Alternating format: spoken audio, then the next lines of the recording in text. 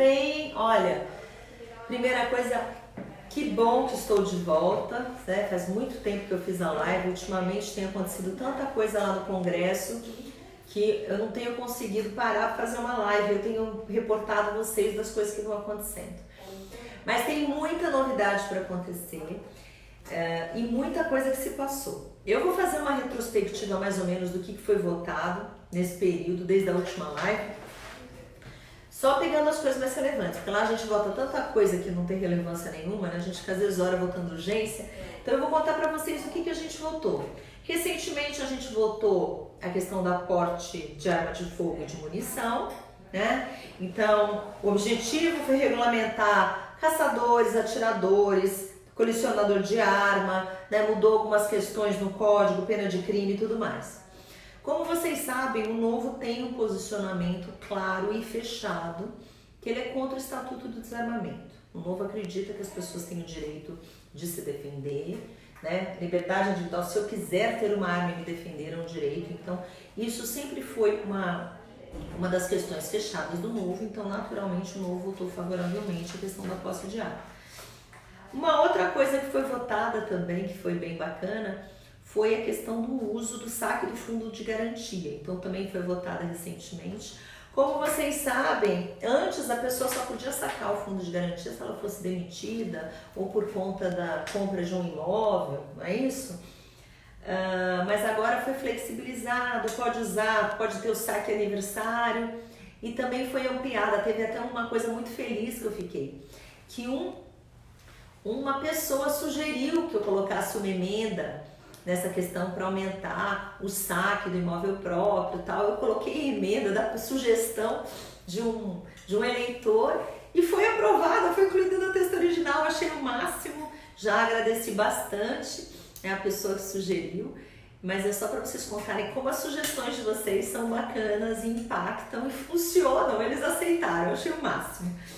A outra coisa que eu também achei muito bacana que aconteceu foi uma discussão das leis de diretrizes orçamentárias. Vocês sabem que a gente fez toda uma discussão de como é feito o orçamento e a gente vai descobrindo um monte de coisa. Então eu vou deixar para falar da parte de orçamento e emendas de bancada depois, porque é um assunto que eu acho que a gente tem que colocar o nosso olhar, né?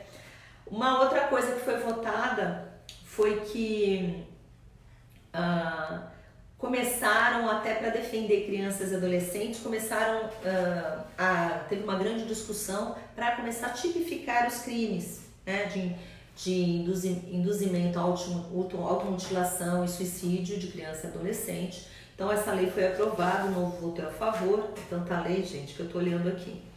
Uma outra coisa que teve muita discussão foi a distribuição dos recursos da seção onerosa do pré-sal de estados e municípios. Então, em linhas gerais, estados 15%, municípios 15%, em 3% ficou o estado do Rio de Janeiro. E teve uma outra discussão também, que São Paulo no início estava se achando prejudicado, o nosso estado, e depois teve uma redistribuição, teve uma discussão. Eu lembro que o senador, o Serra, foi lá várias vezes falar com a bancada paulista, porque o São Paulo, pelo fato de ser o estado mais rico, de uma certa forma, ele sempre é muito espremido nessas negociações, né? Mas assim, a gente pode ser o estado mais rico, mas é o estado mais populoso, 45 milhões de pessoas, e tem muito problema também, né? Então, sempre é uma briga e agora o meu objetivo é tentar unir essa bancada paulista, porque eu acho que a bancada paulista é muito desunida de uma maneira geral.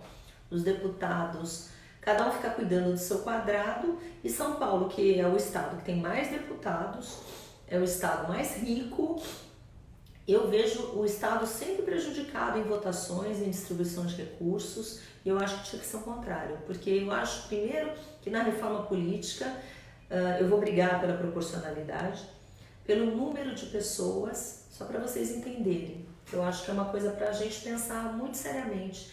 São Paulo, com 45, quase 46 milhões de pessoas, deveria ter 120 deputados. Tem 70, né? Foi colocado um limitador, 70 deputados.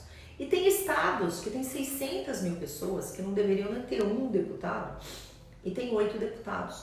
Então, é uma coisa que a gente realmente, por uma questão de justiça e representatividade, a gente precisa ajustar. Porque tem várias distorções nesse meio do caminho e o nosso Estado fica prejudicado. A gente agora está começando a discutir reforma política, mas é um assunto que tem que vir, porque não só o número de deputados, mas a gente é prejudicado em votações, em distribuições de recursos, né, em representatividade mesmo. Então é uma coisa para os paulistas ficarem bem atentos.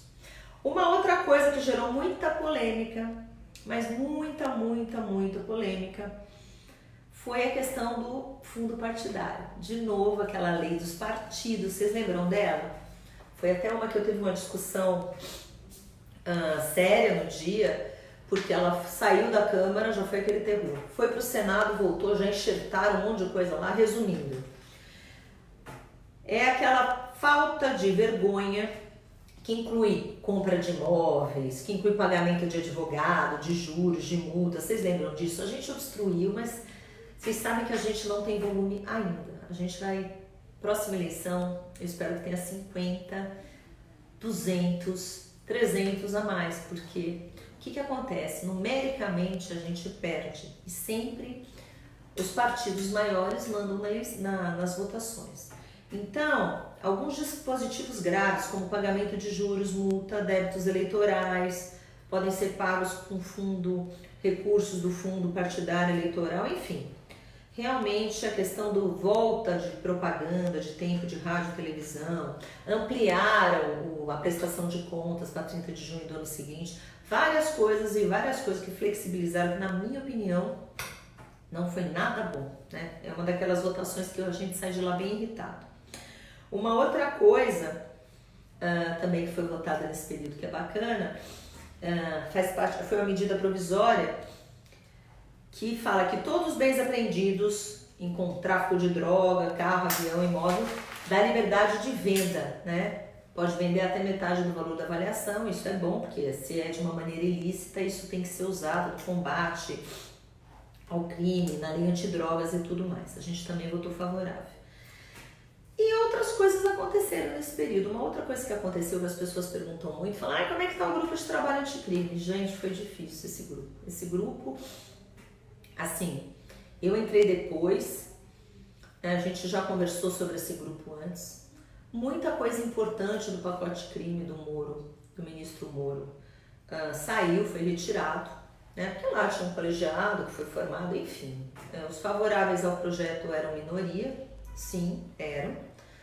O grupo trabalhou bastante esses últimos meses, só que depois nesse final também, várias reuniões eu não consegui participar, porque era junto com outra que eu tinha um monte de votação, as comissões acontecem ao mesmo tempo, e esse grupo que originalmente era à tarde passou para amanhã, mas coisas importantes do pacote saíram, né? Não só a prisão em segunda instância, que a gente vai falar daqui a pouco, que é o assunto, é a bola da vez, mas o grupo de trabalho, ali a discussão foi que deveria ser por PEC e não por PL, como estava proposto no pacote. Então seria encaminhado para acelerar na CCJ o pacote da PEC 410, que é o que está lá, que está sendo discutido.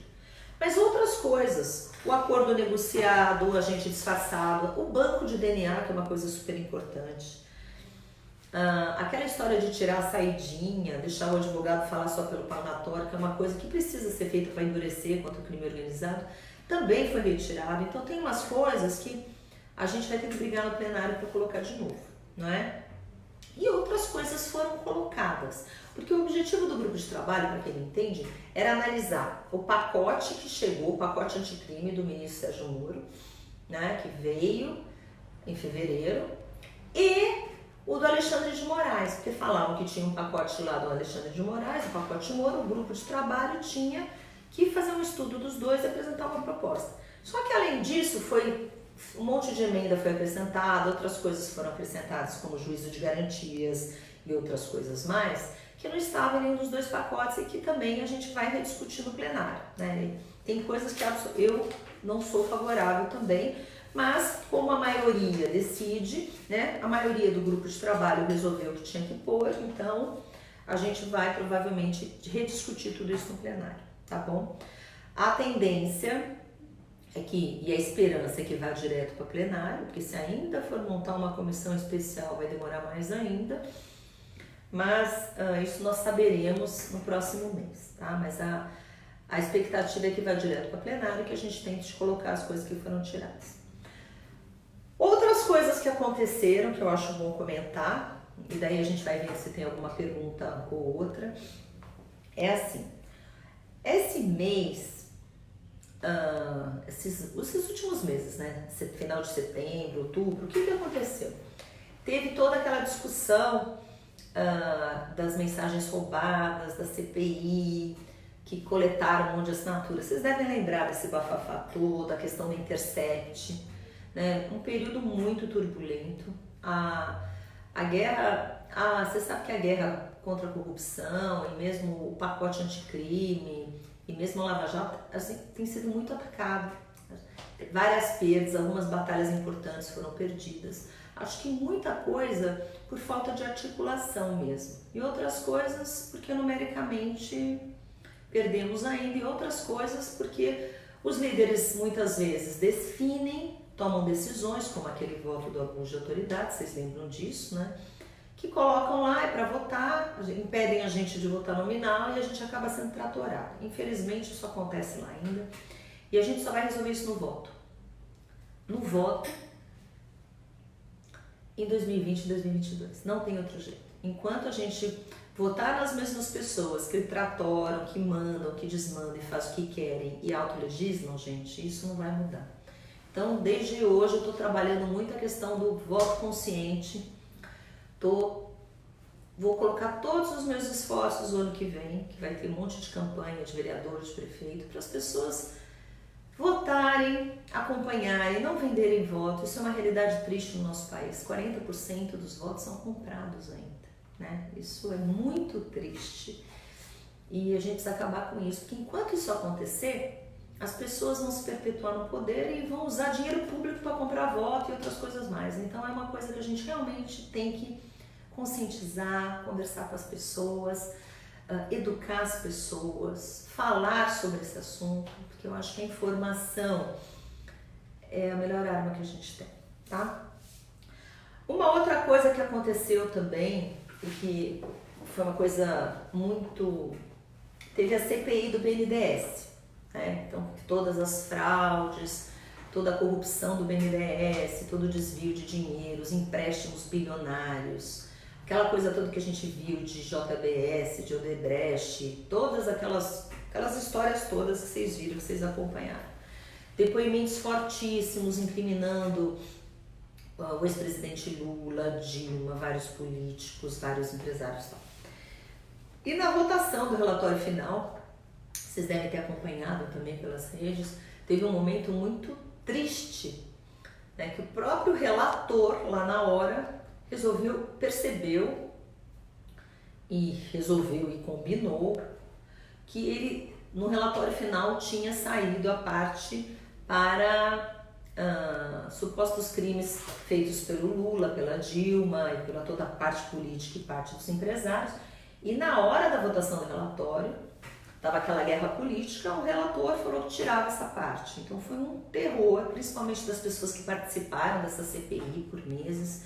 Uns se revoltaram, outro fez um voto separado, né, colocando a questão do Lula e da Dilma, e o relator se justificou, dizendo que ia se tornar uma questão política e se não tirasse o nome dos dois, não ia incriminar ninguém, no relatório ia virar pizza. Foi isso em linhas gerais. Revoltas à parte, foi votado o relatório final, né, sem o nome do Lula e da Dilma, e o grupo da CPI do BNDES levou o produto final para a Procuradoria-Geral da União, para o Augusto Aras, todo o dossiê para ele tomar as medidas cabíveis que achar conveniente para dali prosseguir uma investigação e mandar para os órgãos competentes, né? E foi isso que aconteceu, que também gerou uma certa revolta de muitos deputados que trabalharam lá, mas enfim, isso foi encaminhado dessa forma. Uma outra coisa que aconteceu também neste período todo, teve a votação do marco de saneamento básico. A gente sabe que metade da nossa população não tem saneamento básico, nós temos problemas sérios de saneamento. Tem algumas publicações que eu fiz a respeito disso. E E numa fase sem dinheiro e tal, é uma vergonha um país como o nosso, né? Tem metade das crianças, hoje estava até passando, ontem eu achei interessante, estava passando uma reportagem sobre saneamento e falava que metade das crianças, se eu não me engano, de 4 a 15 anos ou 19 anos e tal, não tem acesso à água tratada. Tem muita escola que não tem banheiro. Gente, isso é uma vergonha. Porque isso vem doença, vem problema de saúde, vem diarreia, vem tudo, né? Então, foi uma coisa importante. A gente percebe como tem resistência. É claro que tem questões que precisam ver, que tem diferença entre estados, né? A gente tem um trabalho, mas é muito bom a gente colocar luz sobre isso. Porque quando a gente fala de saneamento, a gente está falando de saúde, a gente está falando de aprendizagem, a gente está falando de vida saudável, né? De prevenção. Então, um país como o Brasil está no estágio que está, é vergonhoso. A gente percebe como teve pouco caso, como as pessoas e os governantes, muitos não olharam para isso, né? Porque tem cidades no Brasil, estados no Brasil, que tiveram bons governantes que olharam para isso, que cuidaram desse problema, né? Porque isso muitas vezes não aparece. As pessoas gostam de fazer obra e entregar coisa que aparece, né? E muitas vezes coisas que não aparecem, coisas do subterrâneo, coisas de saneamento e tal, as pessoas não investem tanto porque não dá ibope, não dá voto. Então isso é muito triste, mas eu espero que daqui para frente a gente consiga atingir essa meta de até 2030, tá com isso, com esse quesito ticado. Falando da segunda instância, deixa eu ver se tem mais alguma coisa antes de entrar no assunto da segunda instância, que é um assunto quente. Então, nesse período também, antes de entrar na segunda instância, a Frente contra a Corrupção fez vários eventos, vocês devem ter acompanhado.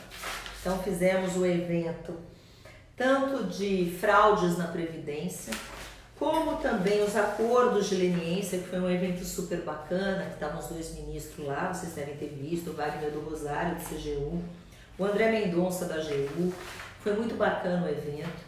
Depois um outro também que foi televisionado e tem disponível, é de fraudes na Previdência, onde mostraram os rombos, tudo que aconteceu na Previdência, as parcerias que existem entre hoje o INSS e TCU, porque estão tentando fechar isso. Então, não sei quantos mortos recebiam, pessoas que recebiam auxílio-doença e não estavam mais doentes, estavam empregadas, assim, bilhões. Então, muito interessante.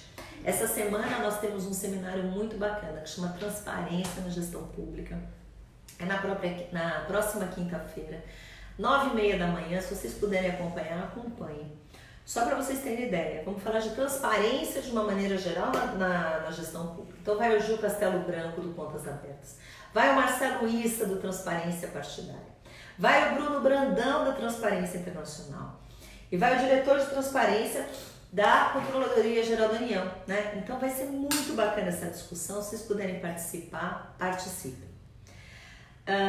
Também foi um mês que tivemos muita discussão das emendas.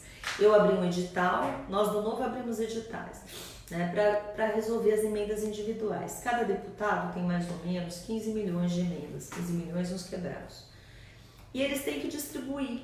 Então metade obrigatoriamente tem que ser para a saúde. Se o deputado quiser dar tudo para a saúde, ótimo. Eu vou concentrar a maior parte em saúde das minhas emendas e uma parte para educação. O que foi bacana nesse edital? Muitas pessoas entraram, participaram. Aí o que a gente começa a perceber? Às vezes tem projetos muito legais, está em fase de análise, tem uma equipe no meu gabinete analisando as emendas tecnicamente, né, para ver como que encaixa, se tem programas nos ministérios, porque todo o dinheiro que é enviado, ele tem um percurso pelo ministério, tem que ter um programa específico que fale daquele assunto, que seja sobre aquilo. Então, às vezes, tinha uns projetos muito legais que não puderam ser contemplados porque não tinham programas abertos. Às vezes, tem programa em alguns ministérios que estão abertos, tem fase que estão fechados. Então, às vezes, a gente até gostaria de contemplar um, porque tecnicamente está super bacana, mas às vezes, por falta de programa aberto, a gente não consegue. Então, ainda está no processo de avaliação. E em breve também divulgaremos os resultados das emendas individuais. Uma coisa bacana que aconteceu também, que eu publiquei também, mas é sempre bom explicar. Além das emendas individuais que todo deputado tem, existem as emendas de bancada. Então, o que acontece? Existe um dinheiro que é dividido entre as bancadas por estados. Então, todos os estados têm direito a uma verba X de emendas, né? Então, no caso do estado de São Paulo, a gente tinha um valor, sei lá, acho que era de 250 milhões. Então, o que acontece? Ou é direcionado para alguma coisa específica, ou uma praxe comum, né? Era cada deputado divide pelo número de deputados o valor e cada deputado direciona para a sua região, para a sua área e tal. Eu sempre fui contra isso. Primeiro porque eu acho que emenda eu já acho uma coisa muito complicada, né? Porque é um dinheiro que tem que ser direcionado para questões prioritárias e eu não acho certo direcionar emendas para questões políticas. Ah, eu vou mandar lá porque lá tem tantos habitantes, eu vou ter tantos votos. Eu acho assim. Eu acho que a gente tem que mandar lugar que precisa e que tem vazios assistenciais de saúde ou lugares que não são atendidos por um determinado programa, enfim, eu acho que a gente tem que saber qual que é essa priorização. Então eu sempre fui muito contra dividir emenda de bancada, que deveria ser um dinheiro usado para infraestrutura e para melhoria do Estado de uma maneira geral, para dividir individualmente. E a conversa com a bancada, a minha conversa, sempre foi nesse sentido. Quais são os critérios? Por que a gente está mandando para A, B e C? Vamos trazer critérios técnicos.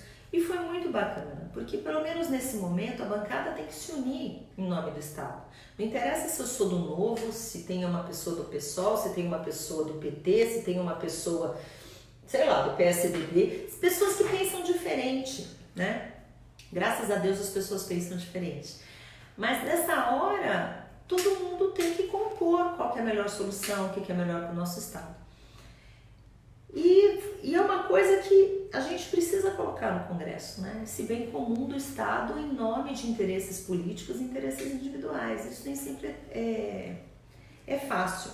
Só que como eu estou na Comissão de Saúde, eu tenho aprendido bastante, né, na Comissão de Saúde, e eu tenho conversado muito no Ministério da Saúde, mesmo na Secretaria do Estado de Saúde aqui de São Paulo, eu tentei levar alguns critérios técnicos, né, Então a gente usou ali o número de internações, fez a nota de corte acima de 50 mil atendimentos, enfim, a gente usou uns critérios ali e a gente elencou e com isso quase 70 hospitais foram atendidos e não somente os 8 iniciais.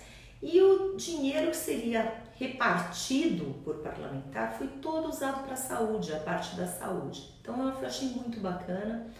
O resto da verba da emenda da bancada paulista foi destinado para os institutos federais de ensino.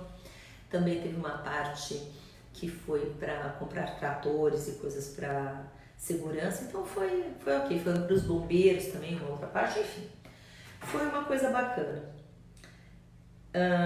E eu espero, sinceramente, que isso seja uma prática, né? A gente adote mais critérios técnicos e menos critérios políticos, porque eu sei que lá é uma casa política, é a casa onde a política tem que acontecer.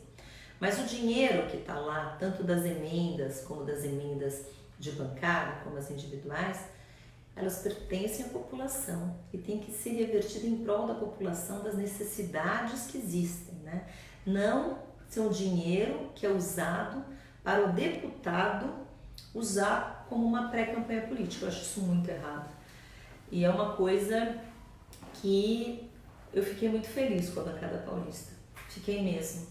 Porque vários, assim, a bancada topou, apoiou e também contribuíram e a gente acomodou, deputados sugeriram outros hospitais que não tinham, que são deputados que são da região, sabe, o hospital tal precisa mais, então foi feita uma composição ali em nome do Estado e foi bonito ver aquilo, eu gostei bastante. E o outro assunto também, que agora acho que vai ser o último assunto, é o assunto da segunda instância, né? Que vocês viram tudo que está acontecendo, né? A segunda instância, tá essa discussão, só para vocês entenderem, que as pessoas falam assim, como vai ser isso, né? Tá todo mundo ficou bem incomodado, a gente foi muito tratorado, né, pela decisão da STF, apesar de previsível. Já tem vários projetos tramitando na casa que falam de segunda instância, gente, tá? Então já tem uma PEC, que é a que está na Câmara dos Deputados, que é 410, tem uma outra PEC que está no Senado, que também está entrando na CCJ para o plenário. Então isso está andando. Cada PEC com os seus problemas. Tem uma PEC que está enterrada lá do Peluso, que é que acho, se não me engano, é de 2011, que acaba com os recursos extraordinários, especial e tudo mais. E tem vários PLs andando. O próprio Novo protocolou um PL que fala que altera o 283, o artigo 283 do Código de Processo Penal, justamente para a gente resolver essa questão e permitir, né, a prisão após condenação por órgão colegiado. Então tem várias iniciativas na casa, as pessoas, é um processo, é um rito, as coisas vão acontecendo e eu falo, ai, por que não faz isso, por que não faz aquilo? Tem um processo lá dentro. Tem gente que fala assim, ah, mas por que não vota essa PEC rápido que nem votaram a lei de abuso de autoridade, né? Todo mundo cobra, porque aquela PEC não pode entrar em regime de urgência como a lei de abuso de autoridade entrou, né? Então tudo que é proposta de emenda à Constituição tem um rito maior, não pode entrar em regime de urgência, vai ter que passar por uma comissão especial e por aí vai. Os PLs realmente podem entrar em regime de urgência e tal. Para isso a gente precisa de boa vontade, que isso seja prioridade do Colégio de Líderes e que são os líderes, e do presidente da casa, o presidente Rodrigo Maia, para que seja pautado, né? Porque só é pautado que o Colégio de Líderes acorda com o presidente da casa, né? E só eles têm poder para colocar ali. Então, realmente é importante que todos nós, assim, façamos o nosso papel de cobrar, de ficar em cima. Tem muito deputado e muito senador que ainda não se posicionou. Então vejam como os deputados estão votando, que a gente faça o nosso papel de cobrança e vigilante, né? A gente precisa sempre estar vigilante. Deixa eu ver aqui mais. Tem alguma pergunta? Como está a reação do Congresso? Pois é, olha só. O Wilker faz uma pergunta aqui, como está a reação do Congresso com a proposta de redução dos municípios? Então, Wilker, tem uma discussão enorme, porque tem pontos ali que realmente precisam ser considerados. Essa proposta ainda não foi super discutida, tem pessoas que são super a favor, tem pessoas que são super contra. Tem questões que são delicadas aí, mas alguma coisa realmente tem que ser feito, porque tem casos de municípios, por exemplo, que todo mundo que trabalha na prefeitura, trabalha no órgão público, não recebe dinheiro para isso. Então, a gente tem que arrumar alguma maneira que atenda cidades pequenas, fazer uma regionalização, um agrupamento, para tornar viável. Porque realmente tem municípios que são completamente inviáveis, né? Que nem orçamento doméstico, que nem casa, que nem tudo. Tem que ser discutido? Tem. É um assunto super polêmico? Sim. Isso mexe com a vida das pessoas? Sim. É um assunto difícil? Sim, mas a gente tem que colocar o dedo nessa ferida. Não faz sentido hoje, nós temos 1.300 cidades, municípios que estão assim, que não pagam suas contas, não pagam seu funcionalismo, são completamente dependentes de recursos da União. Isso não pode acontecer. Então, como a gente vai fazer isso? Maneira fácil não existe. E a reação está diversa. Então, eu pessoalmente, acho que por mais duro que seja, a gente precisa fazer uma reformatação, né? Precisa discutir, pensar uma maneira que esses municípios não percam a sua, aspas, identidade, como é que a gente consegue fazer que alguém não perca sua casa, sua terra natal. Como que a gente vai contemplar isso com a questão da sustentabilidade do município? É uma bela discussão e muito polêmica. Então, a reação está assim. Tem gente que fala que 5.000 habitantes é pouco, que devia ser 10, que devia ser 15 para ser sustentável. Então, tem um pouco de tudo, tem muita discussão ainda para fazer, tá bom? Falta do voto distrital e proporcional. Pois é, a Leslie aqui, né, falando, nós fizemos algumas audiências de voto distrital lá na CCJ, de candidatura independente e tudo. Vocês sabem que tem um período de 1 ano entre uma eleição e outra. Então, todo o período de discussão, por isso que a lei dos partidos, eles correram para aprovar, foi aquela coisa, aquelas brigas que vocês viram. Por quê? Porque tem eleição ano que vem, né? O ano que vem, em outubro, a gente tem eleição municipal, então tem todo esse período de 1 ano antes. Na CCJ, especificamente, que eu participo da CCJ, foi formada uma subcomissão para discutir reforma política, justamente para trazer essas questões aqui de voto distrital, e se vai ser misto, se vai ser puro, e outras questões, né, da reforma, que é super importante. Eu já falei do número de deputados, a gente já falou de candidatura independente, mas precisa, né? E eu estou brigando para ter uma vaga nessa comissão, porque como o Novo é um partido pequeno, só os grandões têm direito à vaga nessa subcomissão, mas eu já pedi vaga para todo mundo, porque eu quero estar nessa, não é isso? Então, o Paulo José fez um comentário aqui, né? Reforma administrativa, retira dos pobres e mantém os privilégios da elite. Pois é. Então, é o mesmo assunto dos municípios, Paulo. Existe uma...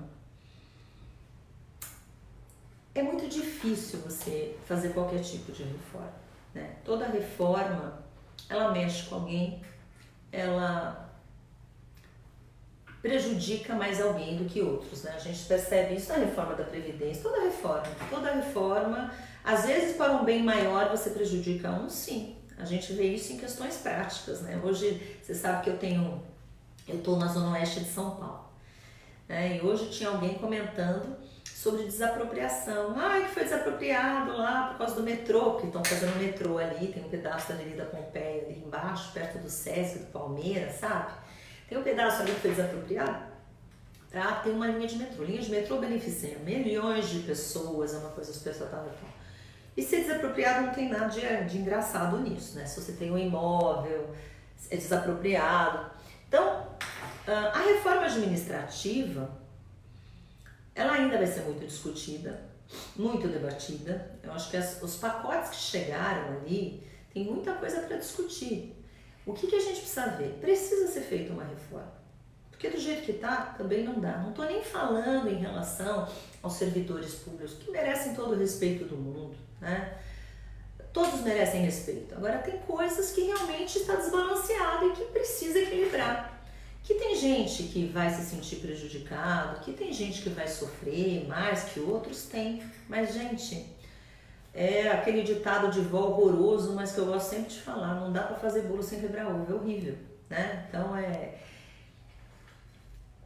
a gente vai passar, todas essas reformas são difíceis. A questão dos municípios que já falaram, toda parte da reforma administrativa, todas esse pacote de reformas que seja via Senado, né, o Mais Brasil e tudo mais, até as da Câmara, todas têm discussão e vai ser duro, mas eu acho que é em nome de um bem maior, é assim que a gente pensa, né? E em relação a tirar do pobre e manter privilégio da elite, eu espero que não, Paulo, né? Especificamente para você que fez esse comentário aqui, eu sinceramente espero que não. A gente tem que realmente proteger quem tem menos, até para dar acesso, porque essas reformas todas, para trazer sustentabilidade, o objetivo é justamente levar para essas pessoas que mais precisam saúde, segurança, educação, que é o que eles não têm hoje, né? Mas ainda vai ter muita discussão em outras lives, conforme essas reformas forem andando, eu vou mantendo vocês informados, tá bom? A Maria Helena aqui fazendo. Vamos continuar nas mãos de bandidos tolgados por muito tempo. Então, Maria Helena, de novo, você sabe que existe uma coisa que a gente precisa sempre pensar. Toda a nossa estrutura, o nosso esteio, se baseia nos 3 poderes independentes, né? É muito difícil, e falo isso pra você, porque a gente se sente literalmente reféns e nas mãos, né? Mas a melhor coisa que está acontecendo nesse processo todo, que ele é muito difícil, é difícil para o cidadão que está sentado, eu como cidadã também falo, mas também como parlamentar, é muito difícil, a gente se sente refém de várias coisas. Mas a gente precisa respeitar as instituições, que tem coisa também para ser reformado ali, né? Tem a CPI da Lava Toga, que o senador Alessandro Vieira está batalhando para ter as assinaturas, porque isso é uma coisa que o Senado tem que fazer, né? Isso não é feito na Câmara, é o Senado. Que o Davi Alcolumbre tem que pautar, é uma guerra também que a população tem que participar. A sociedade tem que rediscutir, porque graças a Deus está todo mundo acordando, está todo mundo percebendo a importância de estar ciente do que está acontecendo, de como as coisas são feitas, e nós estamos reféns. É triste, né? Nós estamos reféns de uma situação de tudo, não só dos togados, como você mesmo falou, como também a gente vê a situação hoje, né, que eu sempre brinco, porque é uma coisa que me tira do sério. A história de financiamento público de campanha. Eu sempre falo, se fosse dar acesso para pessoas entrarem na política, pessoas que precisam, eu ia defender. Né? O Novo não usa recurso público por... Agora, se falasse assim, olha, o dinheiro vai ser usado de uma maneira comedida, é dinheiro público, porque tem outros países que usam financiamento público de campanha, por exemplo, mas que tem critérios. Né? Eu trouxe para vocês aquela especialista Lara, que foi uma graça, que falava dos critérios de como dar dinheiro para um, como dar dinheiro para outro. Se tivesse apoio popular, o financiamento público eles iam ajudando a quem não tem recurso. Eu acho isso genial, porque é democratização, é acesso, tá tudo certo. Agora, a gente também é refém do nosso sistema. Porque pelo nosso sistema nós temos bilhões que são usados para fazer campanha e sempre são os mesmos. Perpetuação no poder dos mesmos. Por isso a minha briga, eu acho, do meu mandato, vai ser em busca de transparência. Quais são os critérios? Tem que ter critério claro para todo mundo. Por que o fulano recebeu tanto e o outro ciclano recebeu tanto? A gente precisa brigar por transparência. Né? A gente não pode ficar no escuro. Mas nós somos reféns de várias coisas e nós temos que brigar para parar de ser reféns. Então, tanto a questão dos seres togados, como a questão de dinheiro público para perpetuação de poder dos mesmos, né? Como também para sair de ser refém de um povo que não tem educação formal e que vende voto, isso é muito triste. A gente vira refém de tudo. Daí a gente fica refém de quem está lá, decidiu o que é votado, como é votado, qual que é o resultado, enfiar em lei e ter maioria para votar. Então a gente, como povo, como nação, a gente precisa estar fortalecido para sair desse círculo vicioso, horroroso, que deixa a gente tão desanimado. E é bom estar na rua mesmo. Ontem eu não estava na rua, mas eu fui na da segunda instância, eu estava, da prisão em segunda instância. Tá bom, gente? Então aqui, é isso mesmo, olha aqui, olha. Fiscalizar, Kátia, a gente precisa estar sempre vigilante. Bom, eu acho que é isso. Agradeço todo mundo que acompanhou. Peço desculpa pela ausência, eu sempre mando notícias de um jeito ou de outro, mas esses últimos meses realmente estava bem complicado. Agora a gente continua na luta essa semana pela prisão em segunda instância e vai ser votado o orçamento. Depois eu vou fazer uma outra live, na próxima live eu vou falar sobre algumas questões do orçamento que realmente estão me preocupando, né? Que a gente precisa esclarecer qual vai ser o valor desse fundo eleitoral, que até agora ficou 30%, 0,8% do 30% da receita líquida e parece que estão querendo mexer para aumentar o valor do fundo eleitoral. Vamos ter outra briga logo mais. Então eu vou fazer uma sondagem lá na Câmara com o relator aqui das emendas para a gente descobrir qual que vai ser esse valor efetivo, porque para as eleições municipais do ano que vem. E é isso, gente, tocando, animadíssima, super otimista como sempre. A gente não pode perder o nosso otimismo, nem a nossa fé, nem a nossa garra, nem nada. Eu realmente acredito, senão eu não estaria lá, que a gente pode fazer a diferença, tá? E eu tenho certeza que nas eleições de 2020, eleições de 2022, a gente vai melhorar o time do bem total, que vai pensar no nosso país como um todo e não vai ficar na Umbigolândia, como eu sempre brigo, se autolegislando, fazendo leis para benefício próprio e tudo mais, tá? Então, acreditem nisso também. Ultimamente a gente tem apanhado um pouco, derrota aqui, tratorada, STF chega e arranca o nosso tapete, mas faz parte da guerra, a gente está perdendo algumas, mas a gente também tem tido alguns ganhos e vamos para frente, tá bom? Obrigada! Próxima live eu farei dentro de 15 dias, eu vou tentar voltar à minha regularidade normal. Então, olha, abraços para vocês, beijos, a gente se fala. Tchau, tchau, mando notícias de Brasília. Tchau, tchau.